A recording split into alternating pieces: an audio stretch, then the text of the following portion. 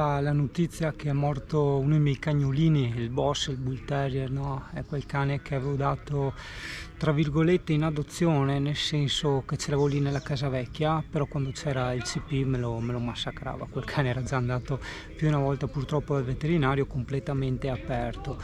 E insomma, un po' per salvargli la vita e un po' anche per non lasciarlo sempre lì da solo, un giorno un'amica mi ha detto: guarda, c'è questo ragazzo che vorrebbe tenerlo, insomma, ecco. E allora gli ho detto: beh, perché no, hai capito? Sono discorsi un po' delicati, un po' mi sembra di essere offensivo anche per pochi, no? Perché non tutti riescono a capire questi gesti d'amore, molti lo interpretano come un abbandonare il cane, hai capito?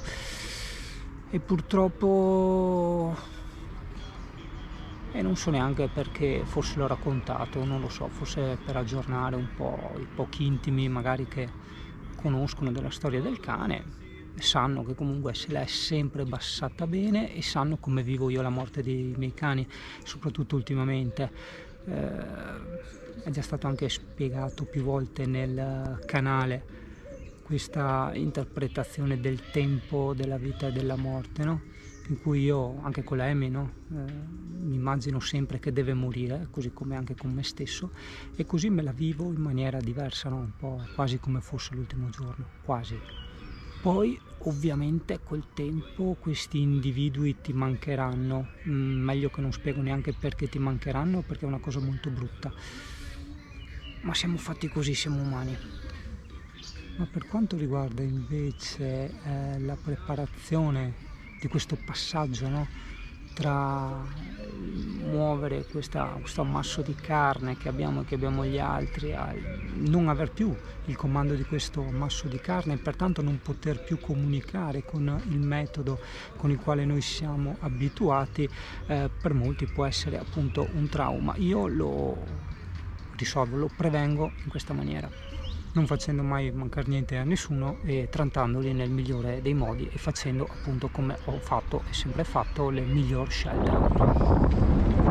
Ah, le vesciche, nell'originario linguaggio veneto, meglio conosciute come bisighe. Ah, bella sta roba, no? Perché mi hanno dato 20 euro per falciare un prato, no? Cioè io 20 euro me li prendo tipo in 5 minuti stando comodamente seduto, no? A fare il mio lavoro. Però cioè, sono fatto così, cioè mi secca non fare perdere quei 20 euro, cioè hai capito. Però vabbè, insomma, è anche, vesciche a parte, è anche tutta salute, no? Volevo giusto dire, perché ogni volta, sai, quando io parlo posso dire delle cose apparentemente anche banali, no? Ma se uno si ferma un attimo a analizzare e a riflettere, no, tutto quello che io dico, può scoprire anche altre strade che non sono comode e corte, ma portano verso conoscenze un po' più pregiate, passami i termini. Ossia, quando io ti dico mi seccava perdere i 20 euro, quella può essere anche un intendersi, attenzione, sì, è bene viversi la vita, però anche crearsi dei paracadute, no? Perché adesso c'è la moda di uscire dalla comfort zone. Questi paracadute ti consentono di non vivere costantemente con l'ansia, con la depressione, l'acqua alla gola, no? Tutti quei sentimenti che magari tu credi di non avere, ma in realtà, giustamente, come tutti, cioè siamo tutti fatti dello stesso DNA, proviamo. Un'altra cosa importantissima, è presente fin dalle prime puntate del canale, è il fatto, no, che uno dice sì, ok, ho le vesciche, non ho tra virgolette preso un cazzo, eccetera, però ho fatto attività fisica, no? No, non voglio focalizzarmi sull'importanza dell'attività fisica, ma sull'importanza di trovare una buona visione a ogni cosa, no? Della serie. Ah, sono inciampato, sono caduto in mare, però faceva caldo, mi sono raffrescato, scusa, c'è il telefono. Ora ti lascio, non riesco più a stare dietro il canale, un sacco di lavoro, ma è una cosa positiva, sì. Più al lavoro ci sto anche affiancando dei corsi, diciamo che ci sono sotto tipo 14 ore al giorno. Buongiorno Italia. Oh no, volevo dirti... Indrezza qua. Oh no, volevo dirti una cosa. Oddio, è sempre brutto, suona sempre arrogante dire insegnare le cose, però In realtà l'insegnare, perlomeno come lo intendo io, no? Almeno in questo canale, è un po' come il dire ehi guarda cosa ho scoperto, ehi guarda cosa ho visto, guarda cosa ho trovato, no? Un po' come i posti, ti posso dire ah guarda cosa ho trovato nelle cose della vita, no? Ma anche nei piccoli gesti quotidiani, no? Ma senza tirarla tanto lunga come al solito, no? Allora, cosa succede? Io utilizzo molto spesso per conto dei miei clienti le piattaforme social di Facebook, Instagram e per fortuna basta. Pertanto un giorno, cioè ieri tra l'altro, mi sono detto ma io con i miei clienti, cioè quando faccio questi lavori, no, delle campagne pubblicitarie, lavoro tramite il computer ovviamente, perché io lavoro sempre dal computer, non mi vedrai mai lavorare con un telefonino, anzi è già raro che lavoro in modalità notebook, ma mi attacco il monitor grande, tastiera e mouse, comunque vabbè non c'entra assolutamente questo è il punto dove volevo arrivare. E insomma ho detto, ma scusa un attimo, visto che lavoro, no, con queste cose con il computer, perché nel mio singanolefono non tolgo, non rimuovo completamente Facebook, Instagram e pure Messenger? Non l'avessi mai fatto, ragazzo. Sto iniziando a riscoprire quella cosa che io chiamo vita. Della serie inizi a avere, beh, innanzitutto una fracca in più di tempo per te, ma in questo tempo sei più focalizzato nella vita reale, cioè sei meno distratto, no, da questo universo parallelo dei social, tipo quello che quasi sto vivendo in questo momento che sto registrando il video, però insomma è la tra virgolette unica cosa che mi è rimasto adesso di social. Ciò non significa che non utilizzerò Facebook per i cavoli miei, anzi io sono molto favorevole ai social network, al computer, a internet, a tutte quelle cose. L'unica cosa, non mi ricordo se l'ho mai spiegato nel canale, che ci ha rovinato la società, non è la tecnologia è estremamente utile e piacevole e tutto quello che ci va dietro. Quello che ci ha rovinato è la portabilità, cioè, quindi va bene i social network, però mi metto in un posto dove c'è il computer e dedico un tot di tempo ragionevole a questo social network piuttosto che a ricerche e altre cose.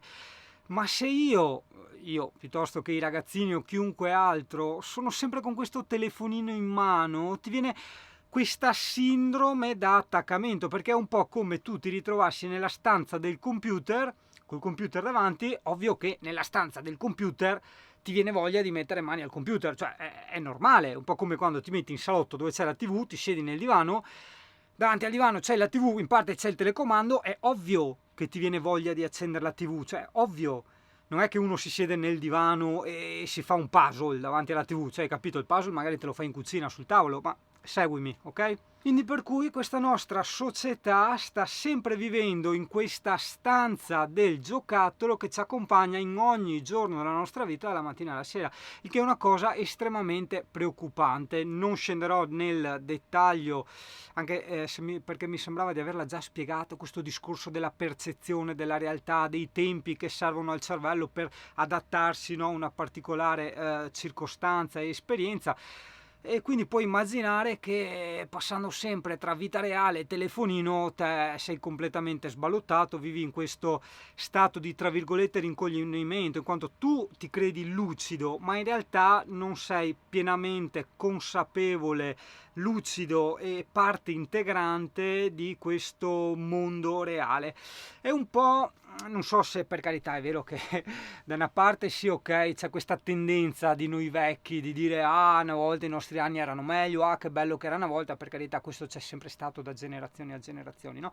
Però a parte questa tendenza che da sempre esiste, non hai questa percezione che le cose erano meglio anche attivamente, cioè non solo passivamente, ossia la musica che girava, la società, la cultura eccetera, ma proprio attivamente nel senso di come percepivi tu le cose. Io ad esempio cito sempre la Scozia, che per me è stata un'esperienza pazzesca, per carità ci ho vissuto un anno, non è stata una vacanza, però non avendo computer, cioè internet, social network, cioè in internet ci andavo una volta ogni 6 mesi in biblioteca, cioè per capirci, e vivevo tutte queste cose, le foreste, Glasgow, Edimburgo, le morose, le uscite, come una sorta di, ormai la vedo come, lo ricordo quasi come una visione onirica, no? Come una sorta di sogno, di stato un attimo sballato, enfatizzato, ma in realtà quella era la realtà.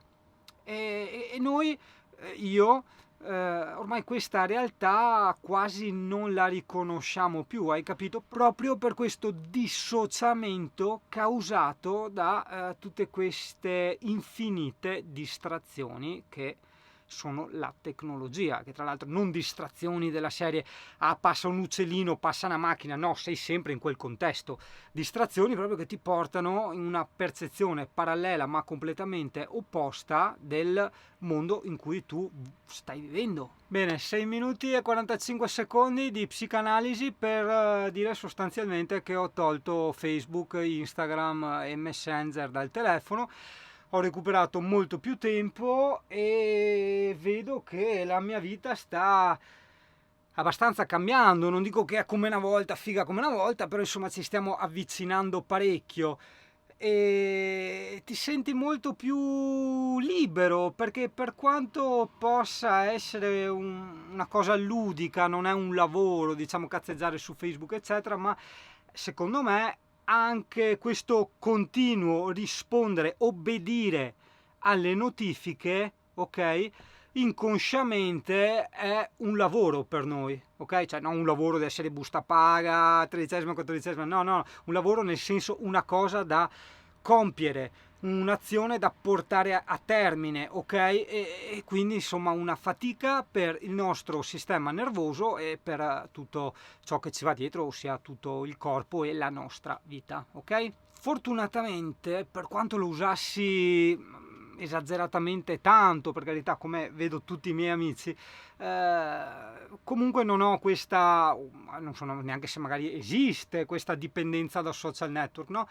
Ci ho avuto i primi momenti, le prime ore, certo sì la voglia, cioè no la voglia, l'abitudine, l'abitudine di prendere il telefono e niente, controllare le notifiche, oppure anche, se non c'erano notifiche, controllare cosa c'era su Facebook, come Facebook mi avesse mai donato qualche informazione utile nella vita, ok? Mai successo. E poi una volta lì che mi ritrovavo a spulciare il telefono, non avevo Facebook, non avevo il Messenger, non avevo Instagram, quindi tutte anche, per carità, ripeto, sono contento che mi scrivete, però insomma ogni volta decine e decine di messaggi da leggere, da rispondere, è un impegno, è soffocante, cioè ripeto, che non venga frainteso, è piacevole per me ricevere i messaggi, ossia le vostre attenzioni, però non è praticamente fattibile rispondere a tutti, ok? Perché è proprio una questione di tempo, cioè non di chissà cosa, è solo semplicemente il tempo, cioè io come tutti 24 ore, dormo le 8 ore, tot di tempo devo dedicarle alla colazione, a lavarmi i denti, a mangiare, fare le docce, alla fidanzata, agli amici, al lavoro soprattutto, e andare a fare benzina, andare a fare il GPL, e tante cose, cioè devo vivere la vita e quindi non riesco a star dietro a queste cose, per quello dico sempre no anche agli amici, organizzo i raduni apposta per questo, proprio perché la gente non mi deve scrivere tutti quei messaggi, ci troviamo apposta, facciamo i raduni apposta per chiacchierare, venite lì, e invece la gente non viene mai ai raduni e tutti vogliono incontrarmi privatamente ogni volta, cioè io praticamente 3-4 persone alla settimana che mi chiedono di venire a trovarmi, cioè ho detto no, mi dispiace, ma cioè, non riesco, insomma, ecco, devo lavorare, devo fare le mie cose, la mia vita, sono una persona esattamente come te, non ho assolutamente nulla in più e così. Comunque ragazzo, provala anche a titolo di esperimento, stai così qualche giorno, cioè te lo togli proprio dal cellulare, non dal computer, cioè non voglio dire che non devi usare i social network e tutte quelle app che ti fanno perdere, cioè che ti fanno tanto usare il telefono, però tu rimuovi tutte le app che di continuo vai a controllare, nel mio caso Facebook, Messenger e Instagram. Le news me le tengo perché comunque le mie news sono basate sugli interessi, quindi ho nozioni di informatica, di grafica, strumenti grafici, eccetera, eccetera, quindi mi torna utile per il lavoro, ma il resto via, tu prova e vedrai dopo, ti ritroverai veramente che ormai abituato a fare sta vita qua, dici, adesso che cazzo faccio, hai capito? E quindi troverai magari un po' più tempo per te stesso, per mangiare più tranquillamente, con più calma, perché ora hai più tempo, per curarti meglio, tipo quando vai in bagno, ti fai, invece di farti la solita doccia veloce, stai un bel po' sotto la doccia, piuttosto che stai là a tagliarti le unghie bene, con le pellicine, cioè tutte quelle piccole cazzate che in realtà sono delle coccole estremamente importanti per la nostra personalità. Vabbè, comunque no, taglio perché so che a molti non piacciono i discorsi intelligenti, ma solo le stronzate, e quindi dai, ci vediamo alla prossima, ciao belli!